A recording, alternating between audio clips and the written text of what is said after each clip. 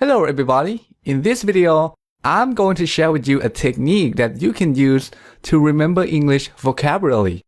And the reason that I recommend this technique is that it's pretty effective. I actually did a small experiment. I created 2 lists of words that I didn't know, and I just tried to memorize the words in each list. I did not use any technique to memorize the first list. It was just pure repetition. But for the second list, I used the technique that you're about to learn. The next day, I tried to recall the meanings of the words in both lists. For the first list, I was able to recall only 12%. But for the second list, I recalled as much as 50%. This is pretty impressive considering the fact that I spent only 1 minute memorizing each word. So let me explain the technique, and at the end of this video, I will give you a link to an exercise that you can do to practice this technique. So let's say we want to remember the word adroit, which means clever or skillful at something, really good at something.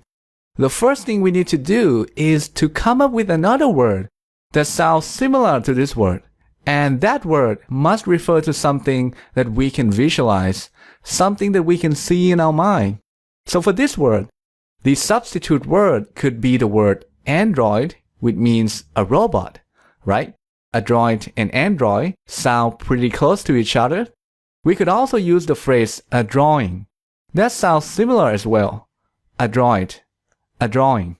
Now, what these words have in common is that they refer to something that we can visualize, and this is a very important point, and you're going to find out why soon. So we have 2 options here, but let's use the word android as the substitute word. Now, visualize an android, a robot that looks like a human. Next, we have to associate this image to the meaning of the word that we want to remember. And again, the meaning is skillful at something. That's the meaning. So perhaps we can imagine the android doing something that requires a lot of skill. Maybe you can imagine the android playing the guitar on stage. Maybe there's a competition going on and we can imagine other guitarists come up on stage and try to compete with the android. But everybody loses because the android is very good at playing the guitar. The android is adroit at playing the guitar. So what we're doing here is associate the pronunciation with the meaning through an image or story. We're creating an association between them.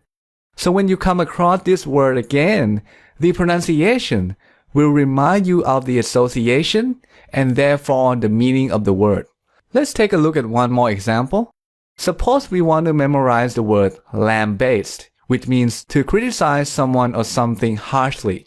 For the first syllable, lamb, we can use lamp, the animal, or lamp, the thing that generates light, as the substitute word. Now for the second syllable, baste, we can use bass, the musical instrument. And I also happen to have a friend named Bass, so personally I can use his name as the substitute word as well. But let's use lamb the animal and bass the musical instrument together. So we can imagine a lamb playing the bass, but unfortunately, the lamb is really terrible at playing the bass. So the bass gets angry and starts criticizing the lamb. The bass is lambasting the lamb.